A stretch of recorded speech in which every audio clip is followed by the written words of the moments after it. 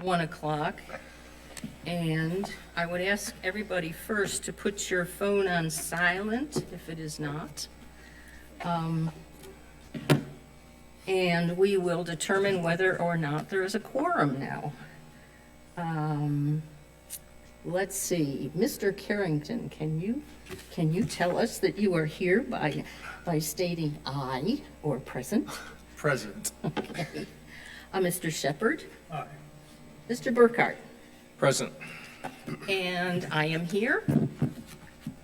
Marcia Joseph. Okay, now, what we're going to do with this agenda, please, we do have a quorum so that we can begin this. We're going to change the agenda just a little bit. We're going to move the old business in front of the approval of the minutes. And the old business is recognition of service for Edgar Robb. And I just wanted to, or he's also known as Tony Rossi, but I just wanted to give everybody just a little bit of background for Mr. Robb and what an incredible, amazing human being he is. He moved to Charlottesville in 1971. He was a special agent for the FBI. And that meant undercover work, and that meant a lot of exciting things going on in his life. And God bless his family for allowing him to do what he did. He was a state senator in Virginia from 1992 to 1996. So he's been serving the community and the United States for a very long time. He was a county sheriff in Albemarle County from 2000 to 2008. And he was on the BZA from 2012 to December of 22. I want to really thank Mr. Robb for all the service that he's done throughout his life and the service that he's done with the BZA and with the patience that he showed us newcomers when we came on the board, because that was really important. I was really nervous coming on here. I didn't know what the heck was going to be happening, and I really appreciate his patience. I want to thank him for his attention to neighbors' comments when they came in and were addressing a different topic. We all know we're supposed to be really addressing what the ordinance says, but it's also really important to listen to the people. Whether or not we can help them, it's important for them to be heard. So thank you for your patience also with the neighbors. I want to thank you for participating in all of the discussions. You never just sat there. You always made sure that you commented on something or moved us in a direction that you thought maybe we were moving in the wrong direction. So thank you. Thank you for your participation in all the comments. I want to also thank you for the respect that you've shown to the staff, to the public, and to your fellow BZA members, because that's really important. We may not all agree on something, but we can agree to disagree and to respect one another. So thank you so much for that. And I also want to thank you because it was really tough for sticking with us during the pandemic, because that was really tough going through all of the electronic meetings, and you stuck with us, and I really appreciate that because it wasn't easy. So for all your service, Mr. Robb, if you want to come up, we have created something for you.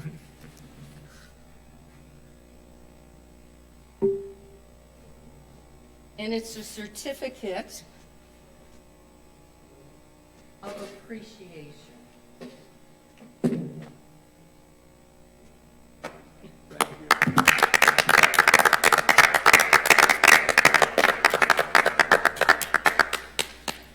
Now I want you all to know that to me, it's a privilege, an honor, and a pleasure.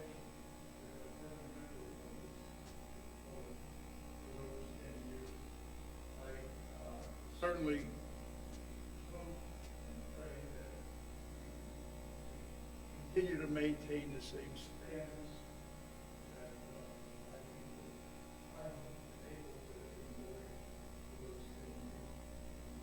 staff is phenomenal.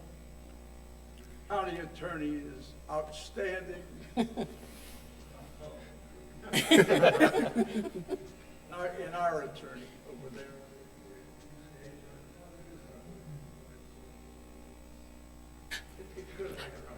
Oh, no, I don't need that. But anyway, thanks again for your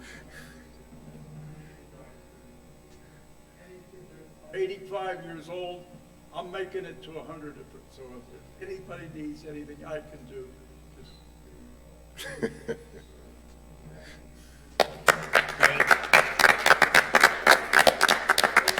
My wife, Lila, she saved my life. Thank you, Lila. You want to say it? If you want to.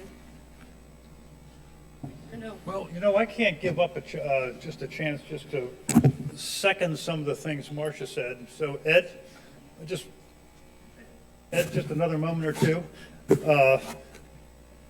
I just don't want to give up the opportunity just to say,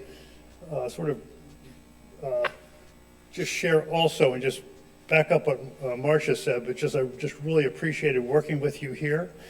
And as just a little personal side note, I really appreciate your FBI experience because my brother-in-law was also a special agent in charge in Chicago. I know you knew each other, Bobby Walsh, and I really do have a sense of the FBI as a family, and it's an incredible organization. And I know, so I think that gives me just another angle into appreciating like what that undercover work was. Bobby also did undercover, not much, once in Chicago. It was terrifying. It's what he talks about the most or doesn't talk about the most. So underline that and sum it up by just saying, I appreciate working with you and wish you the best. Thank you, Ed. Thank you.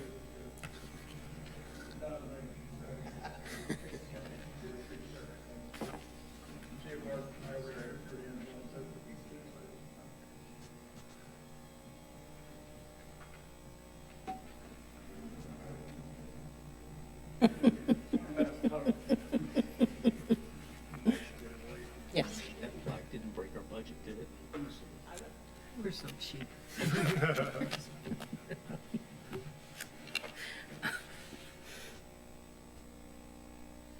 Okay. We're gonna miss you. Okay, then. The next item on the agenda is approval of the minutes of January 3rd. Does anyone have anything that they would like to discuss concerning the minutes?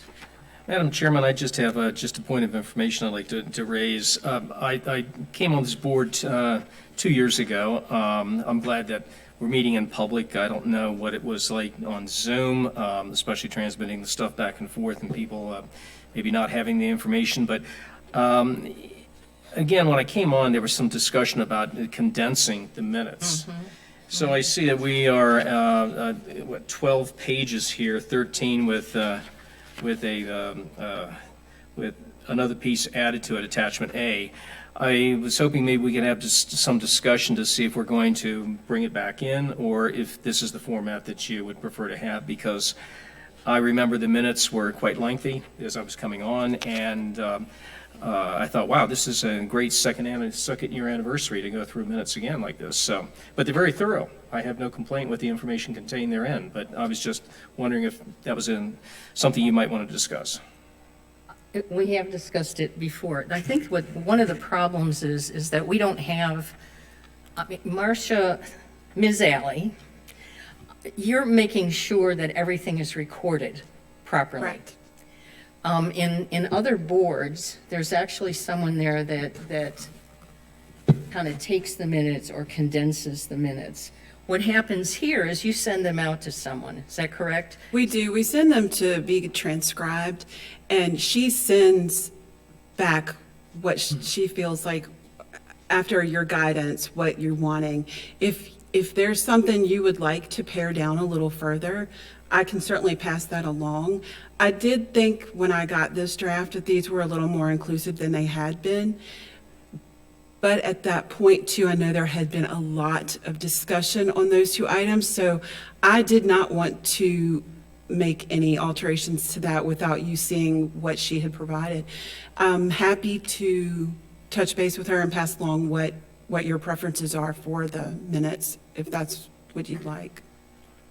I think it's tough for her because she really isn't part of the process. She doesn't, I mean, she knows that she's listening to words and then typing them up, but she really doesn't know the gist of it. She doesn't know the basis of any of this. So I think that's kind of what makes it tough. In the other boards, you have somebody who sits there and week after week after week listens to what's going on, so they're able to condense and really figure out what was the most important aspects of it.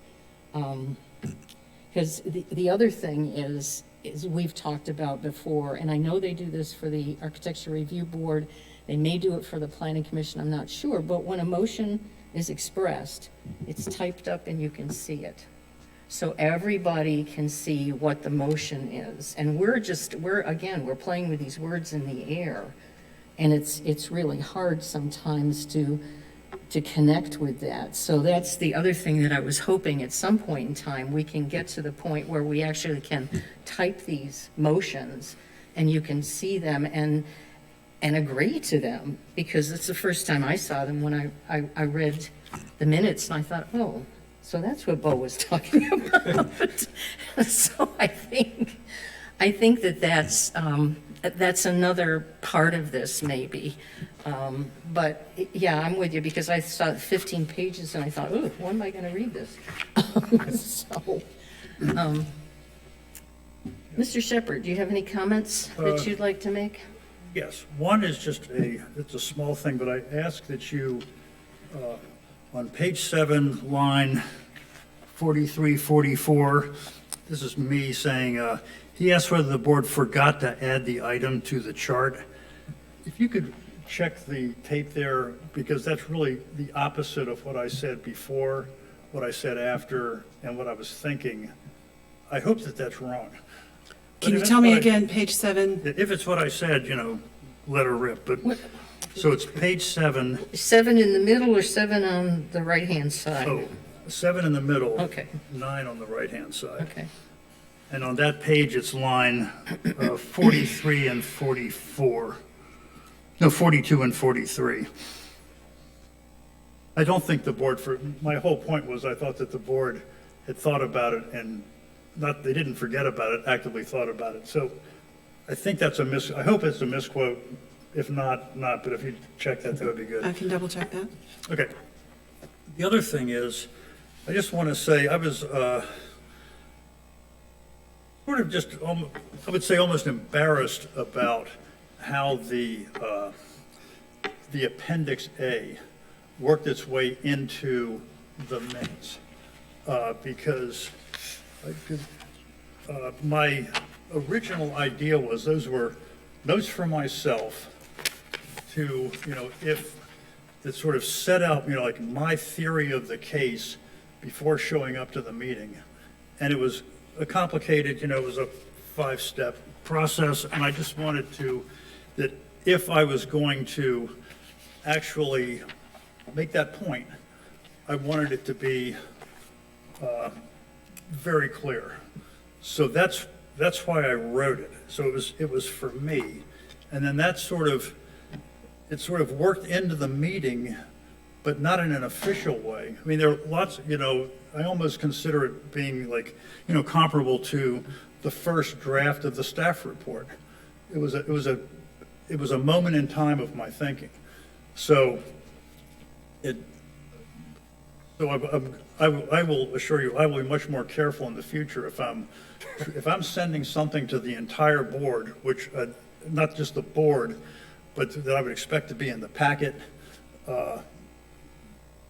widely distributed, I will know that I'm doing that, or not do it halfway. I want to be careful with that. I wonder if that attachment should be actually like of course, it's part of the record, but not appear as part of the minutes.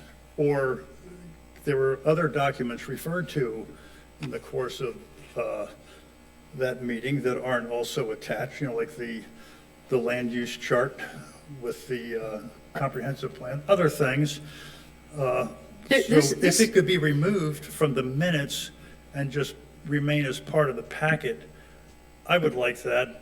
But if there's, I think but if it's it's proper to be in, that's fine with me also. I think it may be a policy or a legal thing. Mr. Herrick, if someone leaves information to the clerk, does that become part of the public record?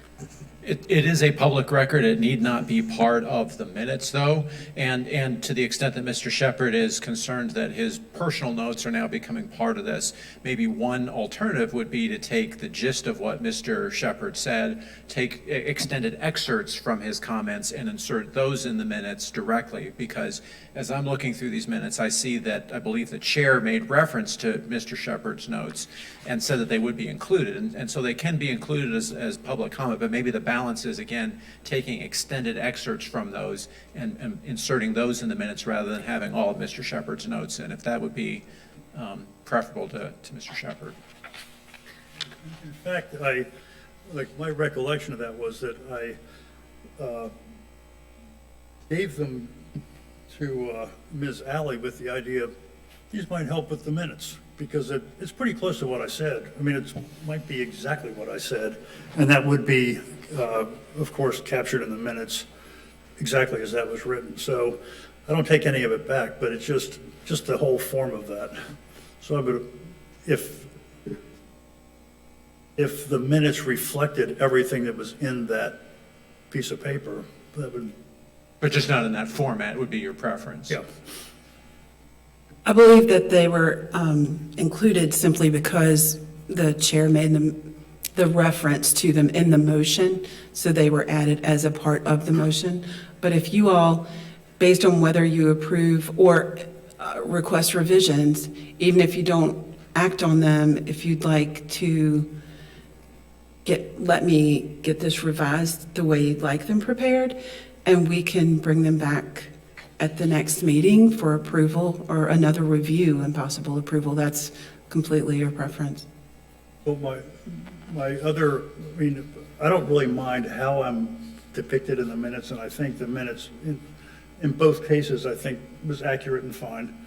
It would be a matter of, would they just be part of the record, just included with the staff report, but not directly attached to the minutes? Yes, they'll be uploaded as a part of the file record, and probably maybe referred to as an agency comment, or I'm not sure what tagline we can use, but they'll be uploaded, even if we have to use it as a staff report too, kind of thing. Thanks. So thanks for letting me take some time about that. And also another just key point I want to make, I don't come here with a closed mind. I want that really clear to you guys. It was a opening thought pattern, but I am open to changing my mind after listening to discussions. And it sort of looked, I just didn't like the way it sort of looked like. I'd made up my mind completely before listening to the discussion, and I really don't do that. Thank you very much for listening to them. Mr. Shepherd, I felt like you came to the table and showed great leadership, having had a clear thought pattern on a tricky issue. And so I certainly appreciate that and know that you don't come with a closed mind, but also appreciate the leadership you showed on that tough issue. So thank you for that. I didn't hear any resolution, I don't think, on whether or not we're going to pull this attachment off as not being a part of the minutes. We can do that. We can do Do we that. need to make a?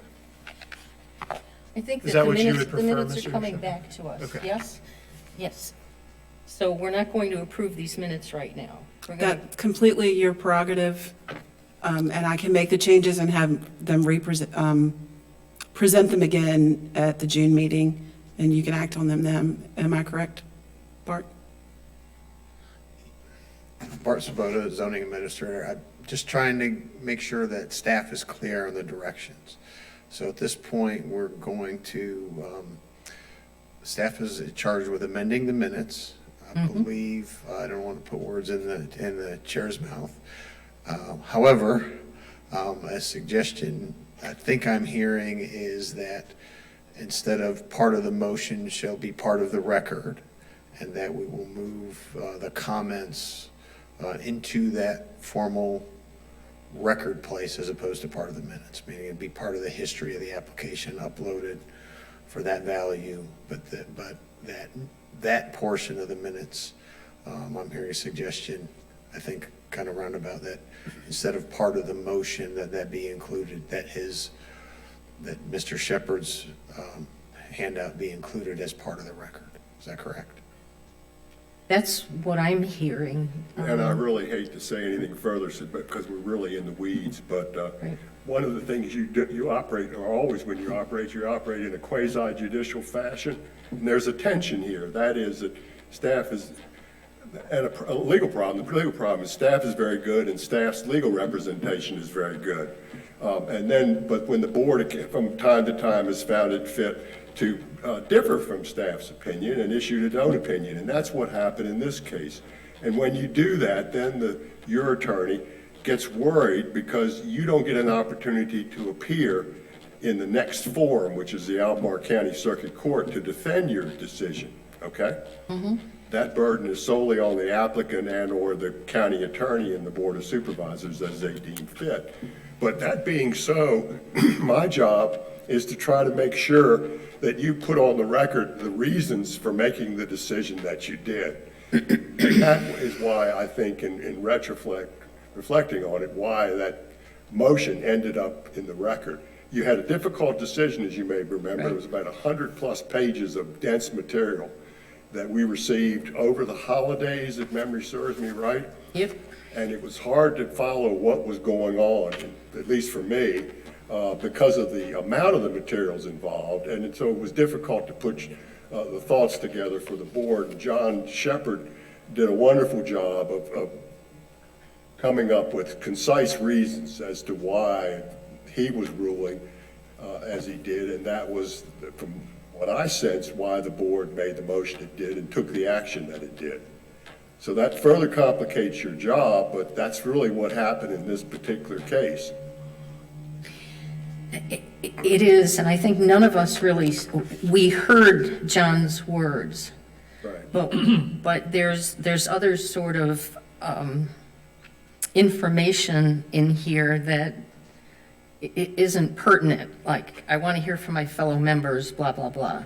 But he set forth the reasons, and I think that's what we were hearing. So when I said, oh, let's have that part of the record, is I didn't realize that there was other, Well, and I didn't either, but I wanted the reasons put on the record Yes. for reasons. yes. So solely your reasons, that is to defend your decision if it came under attack in the next forum. So I would say that these minutes are not a good example, perhaps, of a point that was made initially, which got us going down this rabbit hole. Well, I mean, this is the reason we're here, really, today, is to talk about the motions and make sure that the motions are supporting whatever decision we make. Well, if you want us to do that, then include it. That goes against Mr. Shepherd's desires. But in the end, I don't think any appeal was made of this issue, so it's moot, so it doesn't matter. So in the end, it doesn't matter hill beans, because it's over, it's final. And that being so, and the record reflects what's happened, you can certainly do what John has proposed. But I'm just trying to explain why it was included. Right, and going, I mean, in the future, if we want to include something in this, it should be very specific. But the reality too is that you're sitting here as in a quasi-judicial capacity, and you're hearing for the first time complicated material, complicated issues with many statutory cites and so forth and so on, and you're trying to come up with a decision. almost always you support the staff's decision for very good reasons. In this particular case, you decided not to support the staff's position for also very good reasons. And then you had to enunciate reasons for doing that, understanding that your decision is going to go forward without you having a chance to give your 2 cents worth at the other forum. And the only alternative is, if it's not in the minutes, is to put it in the record and or have a transcript made. And I can assure you, the first thing you go to understand what's happened below is look at the minutes, and then you go to this voluminous record and reluctantly to the transcript. That's just that's the selfish legal reason what I'm giving you now, Well, which is not usually applicable at all to the minutes that appear before you. It just happens that this one was one of the rare cases where you differed from the staff's recommendation. well, I'm guessing you say maybe it's moot at this point, but if there's another decision that's made that's sort of parallel to this, it can come up again, yes? Oh, anything can come up again, but I'd be hard pressed to see this one coming back before you Not with this this- particular fact situation. And also the particular peculiarity of the ordinance that was involved. Okay. The comprehensive Okay. plan, Okay. interplay with the comprehensive plan of the zoning ordinance. Yeah, I worked on the other side before, and I'm always looking for something that maybe is parallel or maybe responds to something that I'm looking at now. So if I looked at something that was sort of kind of this, I would use this against this board. I mean, I guess I that's understand what your point's well taken. It was just that this was an odd bird, if my memory, if I can still remember what happened before. Okay, okay. I appreciate this conversation. I feel like the points that I wanted to make have been made today, and I'm less concerned about removing the attachment from the minutes at this point. I see there is some point to them being there, and with I feel like the situation is clarified, and I'm okay with that at this point. I think hits the right balance for this whole thing, for this situation. If others agree with that, and just go with the format as it is. Still concerned about that one sentence. Okay. Mr. Sorry for that Burkhart? roundup. Well, I remember back when we were diving into this packet back in January, that there was a lot of discussion between council and Mr. Shepherd in terms of, okay, then bring forward the motion and asking for a finding of fact. That was part of it. And then, of course, Mr. Carrington came in with, to amend that motion. So there was I just think there was a fair amount of confusion at that meeting, doing our best to try to comply with what council was advising. And are you all right with it just staying the way it is? The way it's been presented to us with John's attachment with the minutes? If Mr. Shepherd is all right with it? If he's okay with it, I'm okay with it. Mr. Carrington, what are your thoughts? Yeah, as long as Mr. Shepherd is satisfied with this, I'm happy to move forward too. Okay. Okay, then we don't need anything. Ms. Alley thanks you. Okay, Miss Alley, is there anything else that anyone found in the minutes that they'd like to amend or have questions on?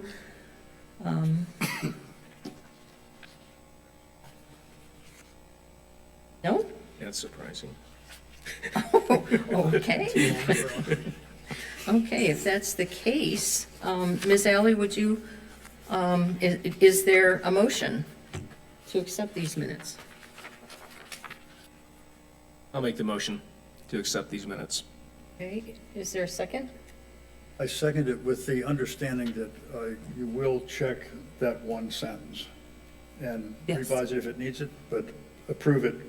I'll based on that. verify that or clarify that. Based on that, I second it. And Mr. Burkhart, are you okay with that, amending your motion? Absolutely. All righty. Ms. Alley, would you please call the roll? Mr. Burkhart? Aye.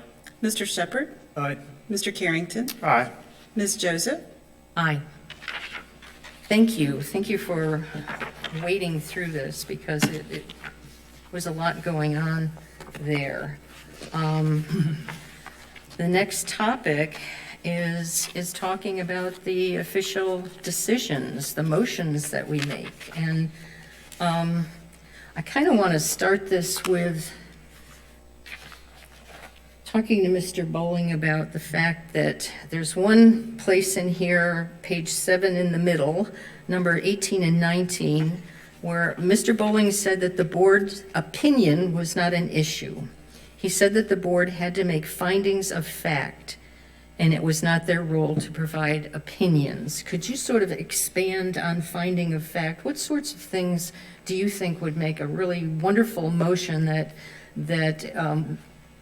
supports what, not our opinion, but our finding of fact? Findings of fact are easy. I move that we approve the staff's recommendation based upon the following. And normally, the staff has laid out the facts for you that support their decision. But if you're opposed to it, it's not as easy. And then you move and you find various facts, A, B, C, D, E, F, and G, depending upon the particular circumstances. That's the hard part. It's never going to be easy, because what you'd like to see is a nice little counter opinion from staff for the not supporting their opinion. And I was thinking about that. And that's not only is that probably going to be, it's not impossible for the staff is pretty able. I'm confident they could do it, but I question whether it's fair for them to do that, or appropriate. Because ultimately that's your job as in your quasi-judicial role to come up with this. And it's never going to be easy, and it's not going to be smooth, especially in a difficult case. That's the nature of difficult cases. I mean, if you go to a court and you have a case before a judge, a lot of decisions are made by the judge on the spur of the moment. And when you read those decisions later, they're not anywhere near as good as the decisions where the court has time to reflect on the opinion and parse the grammar appropriately and so forth and so on, for obvious reasons. But so the nature of your function is that you have to make a decision. It's easy when you support the staff. They do their usual excellent job in laying out the reasons. In those rare cases when you don't agree with them, then you're on your own, more or less. And you're going to have to lay out facts and reasons which support those facts above and beyond, I don't like the smell of this, that's an opinion. or my 2 cents worth is that I don't think it's fair, that's an opinion. But you have to explain why, because you're really speaking not to the staff or to the applicant, you're speaking to the court, who's going to be looking to either support your decision or say, you missed the boat here, BZA. I'm going to go with staff. And so in that kind of circumstance, which arises, I had no idea that you were going to overturn staff, and I don't think staff had any idea. It's not appropriate to meet beforehand and hack out your decision, right, so it's a nice, smooth, written decision before you get here. And so when I get in that situation, my nature is to throw in the kitchen sink. I want to find something, put the basic things that stick, but say what you think that also will throw facts into the mix and your reasons for deciding like you do. Because it's difficult, as it should be, for the BZA to go against the staff's recommendation. Staff has the expertise and they have the experience in making these decisions. They do it all the time, and they're ably advised by the county attorney's office. That's my defense. I'm being defensive, but I'm defensive for a reason. It's going to be messy. It's not going to be smooth, and in any of these cases you find. And this actually I was looking at this decision rubric. I mean, this is nice. You just check a box, you know, when affirmed, and it's perfect. But the rub comes in when you're disagreeing, and this actually was an easier one than when you get into the horribles of, is this a hardship or is this a variance, and the statutory confusion, at least in my mind, that's involved with that. So I thought about your decision. It's always possible to do better, but is it going to be a polished, finished project, or polished, finished opinion, well-reasoned facts, and points to sites in the record to support the motion? In most cases, it'll be pretty good. And we're blessed with having BZA members that know a lot about the zoning process, and that for many BZA members is not the situation. So I think usually you're going to at least be in the ballpark, but I think that you're going to stumble around is the wrong word, but that's what it feels like when you're up here trying to think of the right thing to say if I'm in your shoes, right? Well, the other thing that happens is the appellant has, I mean, they get up and say whatever it is that they say to support the reason that they disagree. So you do have something going on. You have staff giving you one side That's of the it. other thing I thought about that. In this case, there was another interesting circumstance. That is that the applicant was represented for the BZA appeal to the BZA by the land surveyor. And the problem with the land surveyor was all prepared to appear before the BZA. The problem with that is in the Virginia State Bar Ethics Rules, which says that when the land surveyor takes on that role, not that this land surveyor in this particular case is not able to do that, as well as probably most attorneys, but he can't do it because he's not a licensed attorney. So instead of the land surveyor appearing before you had, who sat in the audience and didn't say much, you had the applicant himself. And so you didn't have the guidance of counsel for the landowner. And lots of times too, counsel doesn't come before you with an attorney. Right. So we weren't blessed with that situation where we had even playing field's the wrong word, but where you had two different sides of viewpoints being presented to you to the fullest extent. You didn't have an attorney or somebody who could stand up and say, well, if you want a reason, I should please say this. If you want to point to facts, A, B, C, D, and E. That wasn't spoon-fed to you in the presentation, and as I said, the nature of the materials in the appeal, because of its nature, they were voluminous, and it was hard to pick out what was important in those materials versus what was really not so important. At least it was for me. I don't know how you address your point, other than, you all do a really good job. And staff does a good job, and so the good thing is that it's not going to arise very often. I mean, my impression is the board of the BZA looks for ways to support the staff because they realize the role that their staff plays and the difficulties that staff is in these land use decisions, planning and zoning decisions. I don't know if that's a help either. I'm not giving you what you want to hear. No, Eureka, I have the answer because I don't have the answer. Well, I guess what it is I'm trying to figure out what my role is, because I want to dive right into the zoning ordinance when I see something come before us. I want to dive into the comprehensive plan to see, what is going on here. And the ordinance changes like hourly sometimes, it seems. So I can't rely on any kind of institutional memory because I'm going to say something that's silly. I need to be able to read what's going on. So I think that's part of it is I'm trying to figure out from all of you is really what is my role? I mean, do I sit here and listen to the appellant and listen to the staff and pretend that I'm Solomon and say, you know, yes, I agree with you because of those reasons. Well, you do have to listen to both sides. Right. And then you have a chance to ask questions for both sides. But there's also, sometimes there's the hidden information. One of the things that John was talking about within these minutes has to do with the fact that here you have the zoning ordinance referencing the comp plan, which referenced this, oh gosh, what do you call that thing? It was sort of the list of uses, the land use chart. And I mean, the whole thing was just incredibly confusing, so. Well, that's because it was a mess. It was a mess. That's not your fault. You just did the best you could with it, and you did a pretty good job. I think. I mean, the fact that it wasn't appealed. You know.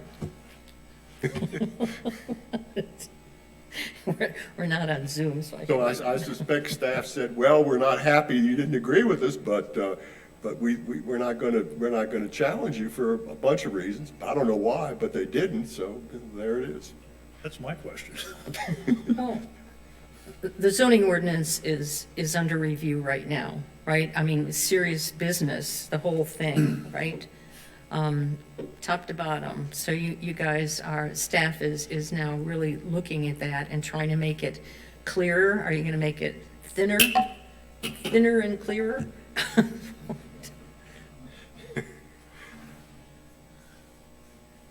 Andy Herrick, Deputy County Attorney, and I appreciate Mr. Bowling's compliments and his comments. I agree with his thinking.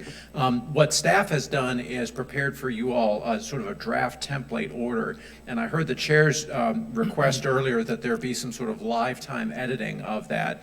And I guess that would be my suggestion, if that's something that can be handled technically, is that the draft order that we provided as part of this meeting be sort of the starting point for the preparation of future orders. To answer the chair's more recent question, county staff is always looking at ways to improve the zoning ordinance through zoning text amendments. And as a matter of fact, coming out of the January meeting, there's one zoning text amendment in particular that's being looked at to clarify the situation, to make it so that situation doesn't present itself either to staff or to the Board of Zoning Appeals in the future. Well, and it's the applicant too. I mean, the people who own these properties come in to us thinking that they can do certain things.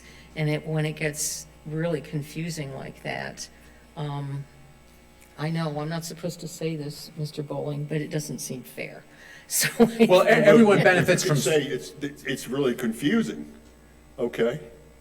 But when you say, I don't think it's fair, that's your opinion, but I see it, maybe I'm line drawing, but I see a difference. Everyone benefits from certainty, and that's one of the objectives of the current zoning text amendment is to make it more certain for everyone. But in terms of documenting the findings of fact and so forth, I think the template that we provided to the BZA, I think at least gives you a starting point or a format to do that. And I think that the benefit of that template approach is it really highlights what issues are before the Board of Zoning Appeals, and I think it corresponds well to the state code, in terms of the state code spells out what the BZA is authorized to do. It's authorized to either affirm, reverse, or modify and modify. And so we structured that draft order to sort of follow what the state code allows the Board of Zoning Appeals to do. And again, as long as that can be technically handled in the meeting, it would be our objective as well, or our hope that we could provide the words or at least provide a forum for the words of the BZA to document the findings behind its decisions. And I think the template is pretty good too. Where the process, it all sounds good in theory, but where the process will break down is we get here and says, well, the staff knows more about this than anybody. Help us out. How exactly do we reverse what you want to do?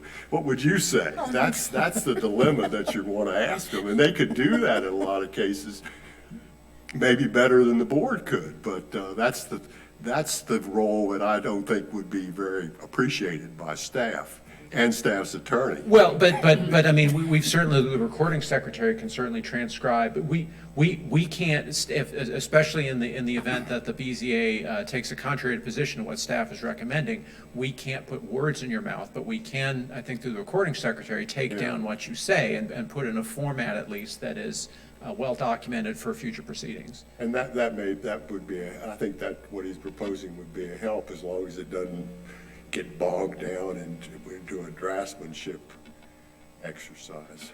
Well, again, as long as the words are the BZA's, I mean, we can certainly take down those words and again, package it up so that it's good for the record going forward, even if staff takes a contrary position. And as I said, this is an exception, so it's not going to happen very often. And by and large, you're agreeing with staff. On occasion, I think there's been some modifications, but they don't go to the substantive agreeing issue that I'm talking about. It's a rare occasion. Shepard. Eric, I agree with you about the template is the starting point. And that, in my thinking about this, that was the starting point. I was, in knowing, and I also come into every meeting assuming it's going to be appealed. And you want to, and the discussion is going to be the basis of the proceeding in front of the circuit court judge. And if I start with that, it just kind of lines everything up. As I'm listening to this, I think I think the solution to a lot of what we're talking about here is the live editing of the motion. My memory of the meeting before was I had a handle on the concepts, but as I just remember without reading it, I made a motion that didn't quite cover it. There was discussion of that. I think I was asked to restate it. So now I'm trying to think about the case, but I'm also trying to put the right words into the microphone. It's almost a performance that's happening. And then you clarified it by then tying it to the site plan, making it specific when we were dealing with the density question versus the total number of units that could be built on that property. And where all those concepts were all, I think, pretty easy to follow, but remembering it to restate the motion the third time and to include new information, that's where I have a great deal of difficulty. But if it's on everybody's screen, then you can see it. It's not a moving target, and you can. I think it would make it much clearer in everyone's mind. I think just a neurologist would agree with this method, that to rely on memory of these conversations and at the same time be attempting to think creatively and solve the problem is really difficult without it being written down.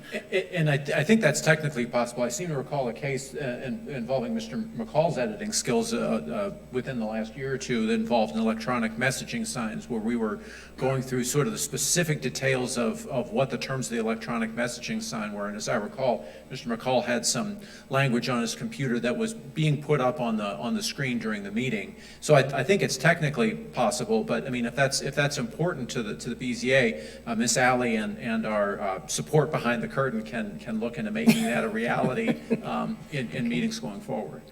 I remember how when Francis did that, and it was really a relief to be able to, with the words in front of us, I think it allowed us all to keep our attention on the issues and it wasn't an exercise in memory. Well, and again, Made a better decision. And again, getting back to certainty, you all are certain of the exact words that you're approving and have the ability to say that's not exactly what we mean. Let's substitute this word. And as Mr. Bowling suggested, that can sometimes devolve into wordsmithing, but maybe it's a good thing for the BZA to have its exact words and its exact intent up on the screen for a yes or no vote in live time. Yes. I would say in the defense of Francis, and I don't know, and this is really not my business. We're asking something of the staff here, but I would think that it would be difficult to be both a presenter and a scribe at the same time. And I would think it would just to put a name to it, Francis, when you were doing that, I think it was difficult that you were concentrating on hitting the right keys and changing the motion we were making. And at the same time, it was your case, and you were also standing back from it and thinking about it and trying to stay in the discussion. And I think that it sort of creates that's a difficult two hats at the same time Well, job. I think it's probably up to the staff to figure out how to do this. And you have a comment. I do. Parcel vote as zoning administrator. I say that because we want it on the record, because nobody can see us, right?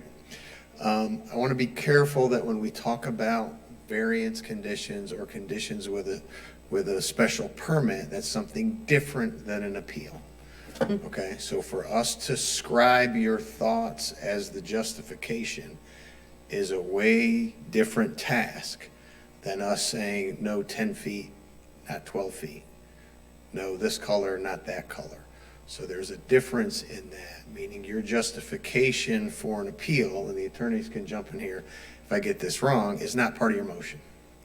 Your motion for an appeal is you're affirming that decision, or you're not, or you're modifying it. If you're modifying it, then that's where those act like conditions. But your justification for that decision is different. So the board has a pretty good pattern of when they have their discussion, they talk about, well, this meets the comp plan, and this meets this requirement, this meets those things that staff has outlined in the report, or not. They come up with those things, and a lot of the board members will either say, I agree with that, I want to add to that, I disagree with that, it meets the comp plan, I think it doesn't meet the comp plan, and here's why. And so they state their justification for their vote prior to their vote or during the vote. I'm voting this way because, but that's not part of the motion. When we do conditions on homestays and things, we talk about specifically, we want 5 trees, or we want the parking located here, which is different than that justification, if that's making sense. That's a taller order to lifetime that part of the discussion, because what you're asking us to do to lifetime your justification is to wait till you all agree on what you think about, all 5 of you, and then come up with that. That's going to be hard lifetime, as opposed to you stating that and the members just saying they agree. True, but will you please have a discussion with Margaret Melchevsky, because I'm pretty sure that with the ARB, they're writing all of this stuff down so the ARB members can see what it is that they're talking. And they're the ones that are going to be talking about color and materials and landscaping and everything. But they're able to look at that list and make sure that everyone agrees that this is what they're talking about. So Yeah. I know what you're saying, but and I know it's complicated, but it's just so important for everybody to really see what it is that we're voting on at the time. Yes. So, I can get with Margaret and we can check and so we enforce those conditions, right? Conditions. yes, Not how they thought Yes. about it. And yes, so I think when we're adopting those specific things, that's a different thing to keep track of. But let me check with Margaret, see how they do. I know she's in those meetings. Carolyn is in those meetings. So the folks that do that live time in the minutes, which is different than the motion, but in those, they're live timing that. So we'll take a look at that. That's thank you. Also, I think there's a distinction to be made between the discussion that leads up to the point of making a motion, and there can be a wide range of opinions put forth, disagreement, but I think the part about the getting the editing, the live editing and getting it just right comes at the point where we've sensed that there's a consensus, or if not necessarily a consensus, there is a majority opinion. We can see which way this is going, and somebody, to the point where someone feels confident to make a motion. And then it's from making it, the part that we want to have just right and in front of us is from the motion on. It's not having to try to get inside people's minds about what they were thinking and what led up to the decision. It's that point at the end. Right. When we're actually, like when the conditions for the variance are up there, and that would be a point where it would be appropriate for staff to say, we don't know what pretty close means. Can you put a dimension on that? Right, and so that we can do. Because this initially started as a conversation about appeals, and it sort of has now moved into the discussions about variance or special permits, where we use the sign as the example. The motion is the most important Right. part of this. So an example to see if I can make sure I understand Mr. Shepherd is, the motion for the sign is, well, we think that's close enough. We would say, okay, what's the dimension? 10 feet, 5 feet, right? Where with an appeal, I would say that the motion would not be this, that we affirm the decision because you may have folks that vote no, right? We affirm the decision because it doesn't meet the comp plan. In my training, that's backwards. You want to state your justification and then say why, not the other way around. So you would state your justification and say, I move that we overturn the zoning administrator's decision because this is in compliance with the comp plan and does meet whatever the regulation is.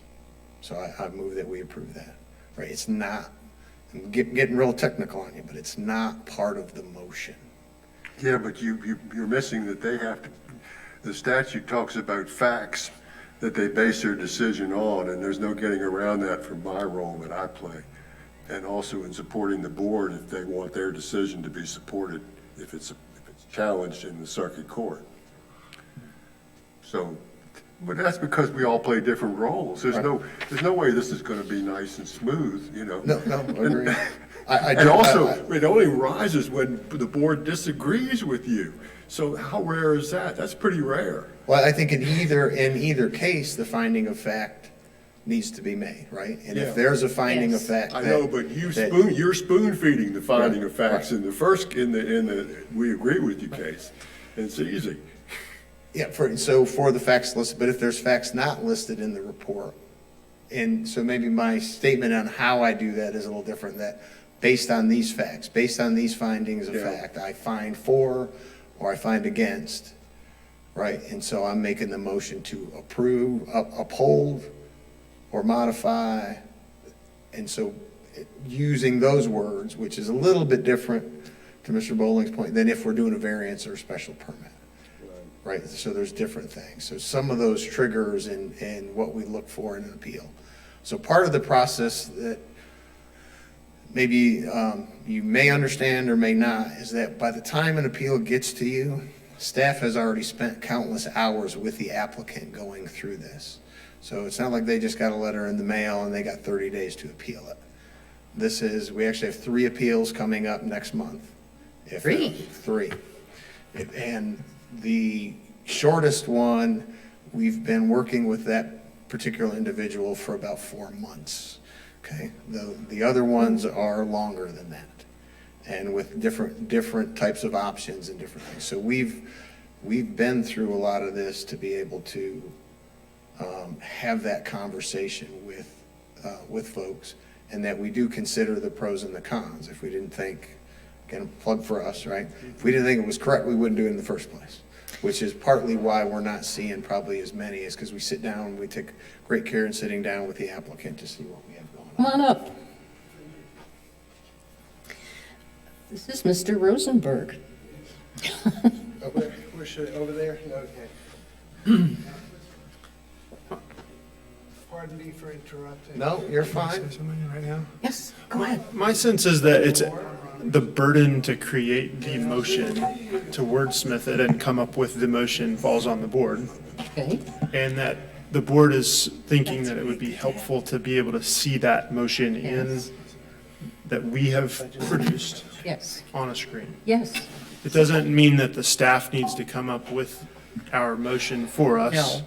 It's that It's the just- burden to create the motion is on the board, but being able to see it on the screen in real time rather than just hearing it one time would be helpful. Yeah, and we have samples of those with when we go to the PC or the board about if they decide to do something different, there's a start to that motion that says, we do this and here's what it is. That is terrific. I guess what we just want to see is the motion. So if somebody can type that and we can see it on the screen while we're going through it, and Shepard's going to make, Mr. Shepard's is going to make a motion, and he's going to speak his motion, and he's going to see it, and we're all going to see it. So someone will know that they'd really like to second that motion.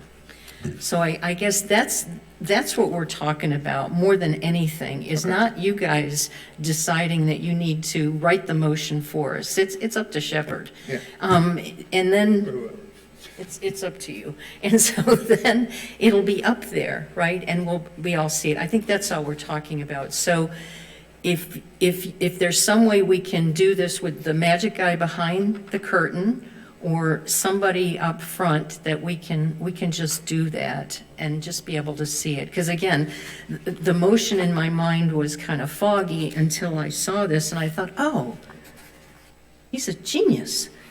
So I think that, it just is easier, I think, for all of us and for the appellant. I mean, and for you guys to just really see, and we'll all understand each other at that point. Yeah, I mean, the best we can do is kind of try, right? Yeah, And- if we've got and three of them We'll going- have the three motions on the screen, meaning we'll have the uphold, the defer, or affirm, deny, modify, and then whichever one we start with Yeah. there. Okay, Then that's the one I that see we'll what you're saying, you've got a template for that, Right. okay. Mr. Burkhart, what are you thinking? However, I would think that if you had the motion to deny, we should be really prepared to come to this meeting with some sites for finding a fact, to be able to find what it is that we have differences with your determination on, right? Yeah. Because otherwise, we're going to sit up here and struggle through a motion trying to Yeah, come through so, it. so it's similar in the way that we analyze it in the first place, which is we look at the regulation, we look at what this might be or that might be, and go through each one, which would be similar to what I assume you guys do with your packets, right? And you write those down. So there'll be some things that are stronger or not. I think in Mr. Shepard's case, if I use him as the example, or his memo as the example, that he had more maybe pros for his way of thinking than cons, and that's what he brought. But if you're bringing that information kind of open-minded, then you may want to have your list of both, and as you go through the presentations with staff and with the applicant, there may be things that fall on the list or fall off the list, and that gives you kind of an outline for whichever way the motion goes. Does that make sense? And would you like to introduce our newest BZA member? Mr. Rosenberg, our new member? Let me apologize for being late, but I was in a place where I'd much rather be here than where I was. So just take that as a bit of fact. Thank you very much. I am happy you're discussing this, because I've done this in Williamsburg. I was on. I think you're going to have to get closer to your mic. Oh, I'm sorry. And so I've done this before, and I think identifying what the staff has recommended on the basis for what they found, and obviously it's not going to be when they say yes to somebody, it's usually when they say no. And to be clear about what their rationale was, and if that rationale is plausible or is, I guess it'll be up to us to determine whether we agree with that. It's useful to have it clearly stated, either in writing. I like writing, but they're going to present their case, and then the applicant will, say whatever the applicant will say. But to have that kind of information, rather than to flip a coin to say, well, I like this applicant because he's building onto the back of his house for an elderly parent, some compelling story about the case. Because that's how it was in Williamsburg. We'd have compelling cases, and it wasn't, the rationale of consistency with the. In any case, I'm happy that you're discussing this. I'm sorry I wasn't here an hour ago to hear the predicate to this, and, hopefully there won't be a lot of these cases, so this won't be so common. But when it does happen, hopefully it'll be clear what the basis was, and we can kind of. My name's Jim Bowling. I'm the attorney for the BZA. Hi. And they're few and far between, because we have a great staff and great legal department for the county. I know but when they arise, they're always going to be difficult, and they're going to be not clean. Well, I know your deputy county attorney is a great a public servant and a fantastic attorney, since he was my student a few weeks ago, years ago, decades ago. So how could he be anything but superb? So let the record show. Yes, thank you for being here, and I'm glad that the body has an attorney for us to give us advice, legal advice. You don't have to recuse yourself because you know him? Well, This is a problem. he doesn't pay my salary. He doesn't even give me free lunches. So no, I think I can deal with him in a very professional way. I won't talk to him before or after meetings. How about that? So it won't look like I'm too familiar with him. But I remember him before his hair wasn't that color.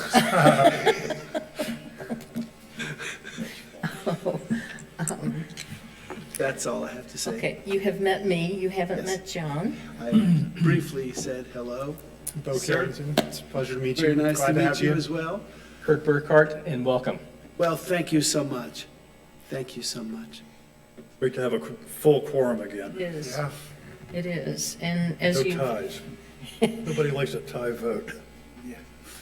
and as you've heard, we've been talking about the motions and just making it clear for all of us, and we're gonna hopefully have them up on a screen so that we can all see what we're agreeing to. Right. So, and Mr. Bowling keeps telling me he doesn't care about my opinion, is that we have to base it on findings of fact. So that's the other thing that we've Or been appeals, talking then. about. Well, I think Mr. Bowling does care about your opinion, but he's careful to structure the decision in a certain form and to make it. So we all care about each other's opinion. So let me just add one other thing. I don't know how common it is for there to be litigation following a denial of a variance or a special use permit. But having a very coherent and clear record is both helpful for the staff and helpful for us if it ever gets challenged, because, in prior cases in Williamsburg, there was a, I don't know why we did what we did rationale. Not that this never happens here, but I would, when there's a record that is clear, there were these factors, these were the rules that were being applied, at least gave a coherence to the decision, and it's much easier to defend that decision unless people are saying, I don't know why we did it, just felt like it or something like that, which occasionally happens in other places. This is a good thing, if that were to ever happen. You're Madam going to Chairman. have a record. Go. You're going to have a record. Well, that's the point, and I think, And a transcript and on and on and on, well, maybe, But these are seldom cases because we have a good staff and they Yes. get excellent legal advice. So these are anomalies more than anything else. This particular case, which we were using as an example, Right. arose because there was an anomaly in the zoning ordinance itself, and staff, at least from the BZA's perspective, was trapped by the command of the zoning ordinance. Right, well, the zoning ordinance is a complex document, and the consistency and inconsistency isn't perfect. And because it gets changed over time, and you didn't think about the implications when the change happens. So I could see occasionally this kind of thing, where there is a mismatch issue, and they can't change the rules fast enough to apply to the applicant because it's a retroactive application issue, which is a problem. So there has to be an interpretation, so. At the end of this, we'll make, the staff will make the ordinance perfect, and this will never happen, and we can just have coffee every couple of months.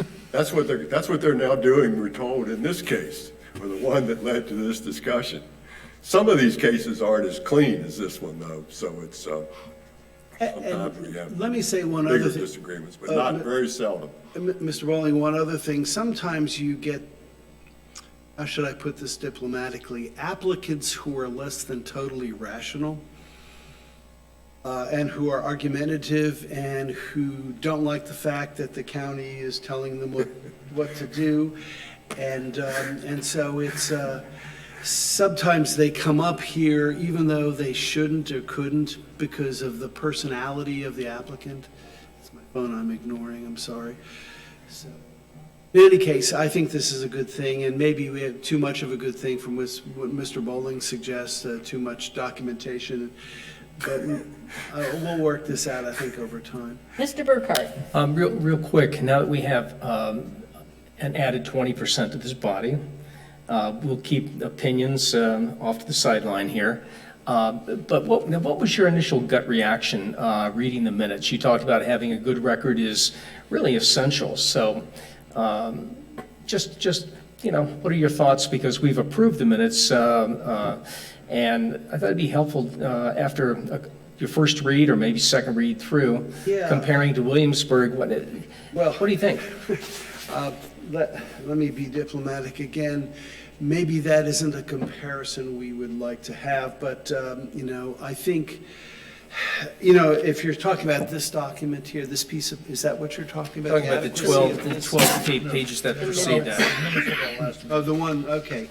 I haven't had a chance. I just had this handed to me Okay. and I didn't print it out. I just reserve comments. That's fine. Until I'm.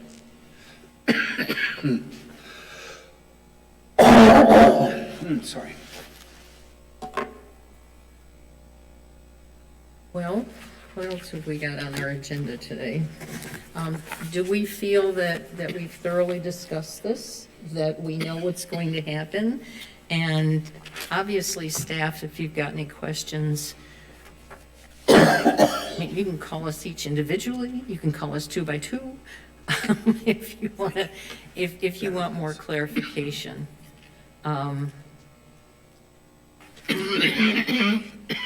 You okay? Yeah. Do you have any water, Marcia? Yeah. Yes.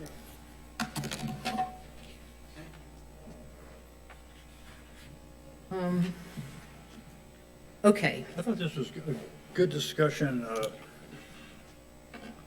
I feel like we're really aiming for the same page here. Felt the whole conversation, I think we were troubled by the same things and looking at a good solution here. Mr. Herrick, you have anything you'd like to add?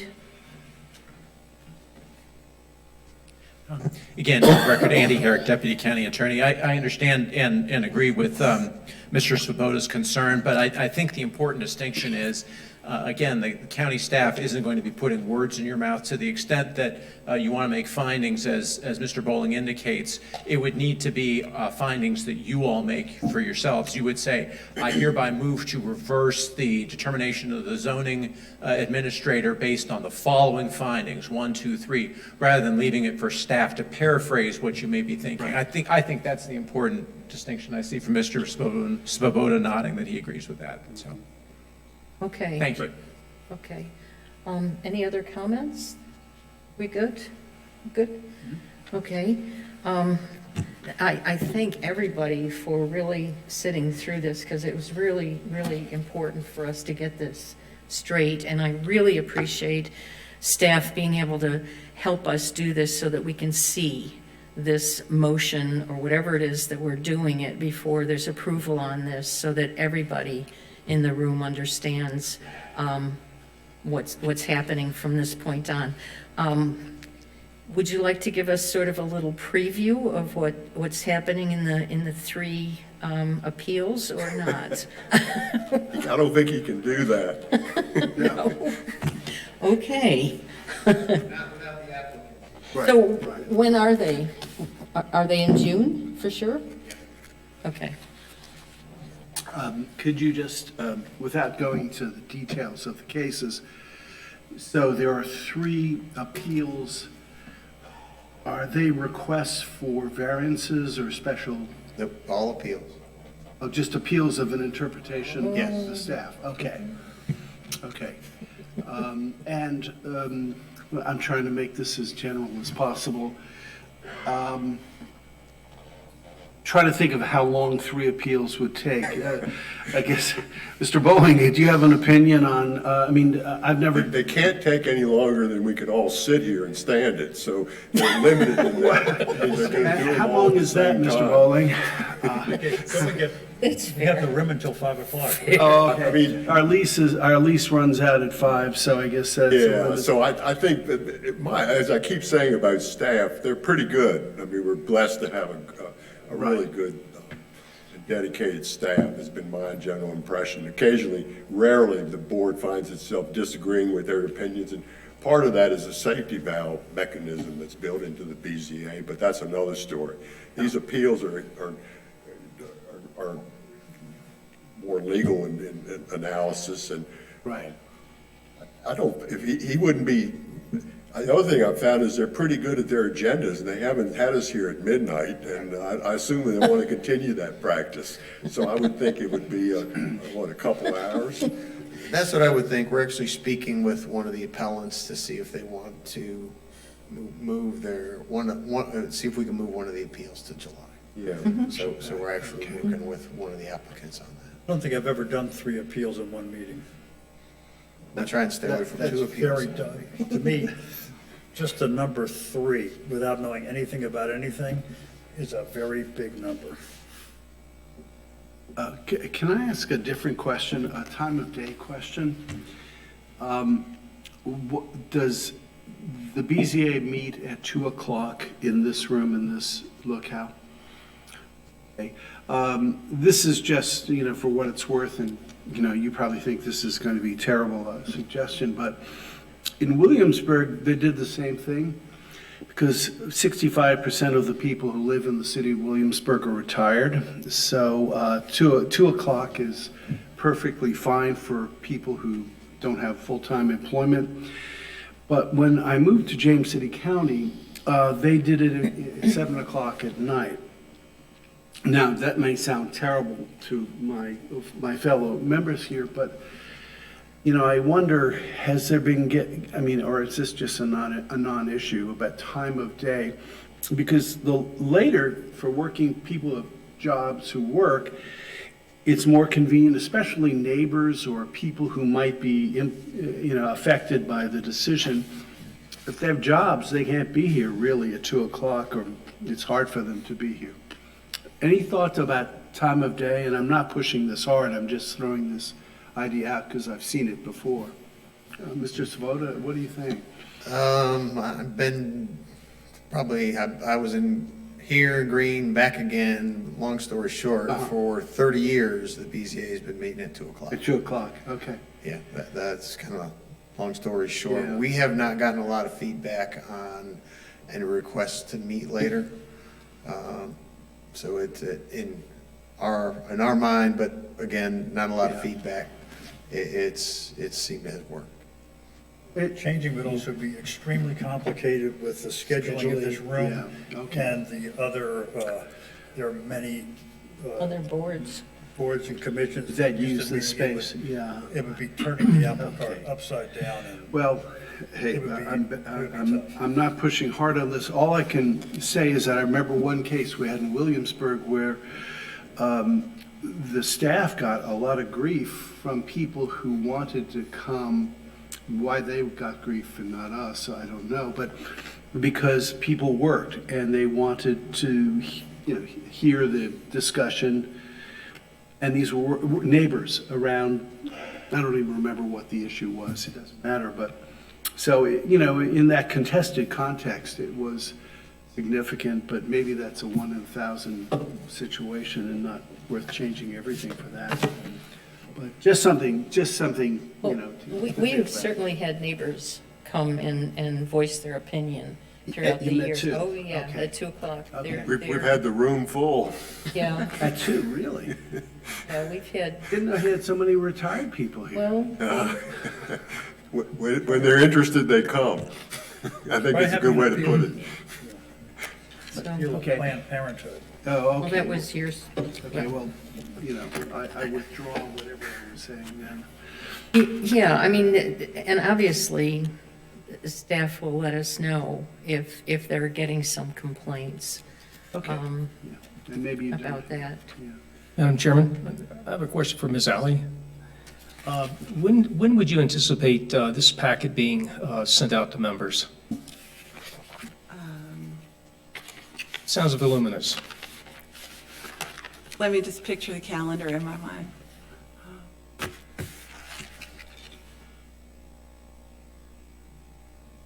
Probably as early as May 18th, but more likely the Tuesday after that, so following week. Okay. Will you be here? Yep. Oh, Wouldn't miss it. good. Okay, well, I think that it's time to go. Unless anyone else has anything else that they'd like to add to this conversation. I tried to get them to tell us what was going to happen, and they wouldn't do it. So I guess we can request a motion for adjournment. I move to adjourn. Second that. All right. All those in favor? Aye. Anyone opposed? Okay. All right, well, thank you. Honestly, thank you so much, because this was so helpful.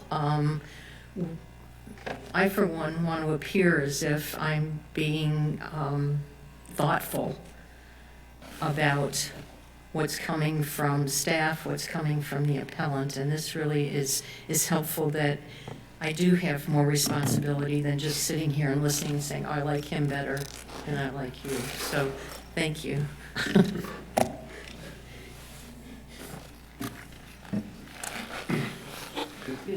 I noticed I went to UNC. What we do. Thank you. Is that my own